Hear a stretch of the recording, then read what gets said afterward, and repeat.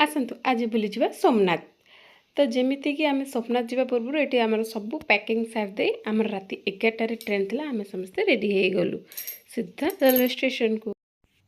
तो फाइनाली आम railway station में पहुँची गलु। आठी मो पु देखो एत दुष्ट हो गोटे जगार रोनी मत तो भारी टेंशन थिला कि सीधा ट्रैक बाहर को न पलि जाऊ ताकू धरवा बहुत कष्ट। तो फाइनाली आम मंदिर में पहुँची गलु। मंदिर जावा साइड रे गोटे मंदिर थिला तो ये भी लोक मैंने जाकि पूजा करते नॉर्मल लोक जो मैंने जाए पूजा करेंगे सेठी तो मेन सोमनाथ मंदिर आप पूजा करने को बाहर साइड पूजा होता मंदिर भितर को तो अलाउ नाला पूजा करने एठी आप निजे जाई शिव मुंडे फूल चढ़े पारे क्षीर ढाली पारे पूजा करें। तो मो पूजा सामग्री धरी चली सीधा पूजा करने ये साइड बहुत सुंदर रंगोली होता देखूँ बढ़िया होता। तो मंदिर भितर भी मोबाइल अलाउ नाला तो पूजा करवा वीडियोटा नाला।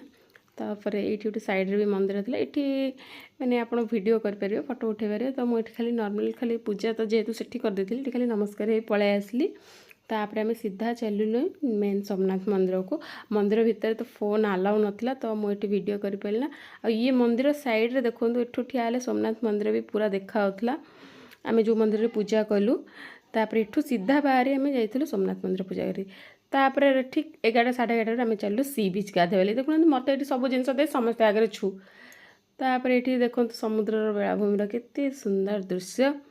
तो मु अल्प बहुत गाधे तो ता वीडियो आम कर शूट कारण आम समस्ते व्यस्त थिलु। तापर आम सीधा चली आइलु। ये सोमनाथ बाबांकर माने खाइबा ये फ्री माने प्रसाद थिला तो ये आम समस्ते बस खाऊ देखु। तापर आम रूम को जाए रेस्ट कर संध्यार आसलु समुद्र बेलाभूमि देखापी। ये मंदिर साइड रे सब छोट छोट दुकान बजार लगते बहुत सारा सुंदर सुंदर जिनस बिक्री होता है। ये देखो समुद्र बेलाभूमि दृश्य संध्या टाइम रे। तो आम 11 आसवा टाइम मो स्वामी कहली कि ऑटो बसबी से बसईदेनि एवं देखो फाइनाली आम बसिक। जदि भिडियोटी भल लगी तो लाइक शेयर सब्सक्राइब निश्चिंत करेंगे। रोचे जय जगन्नाथ।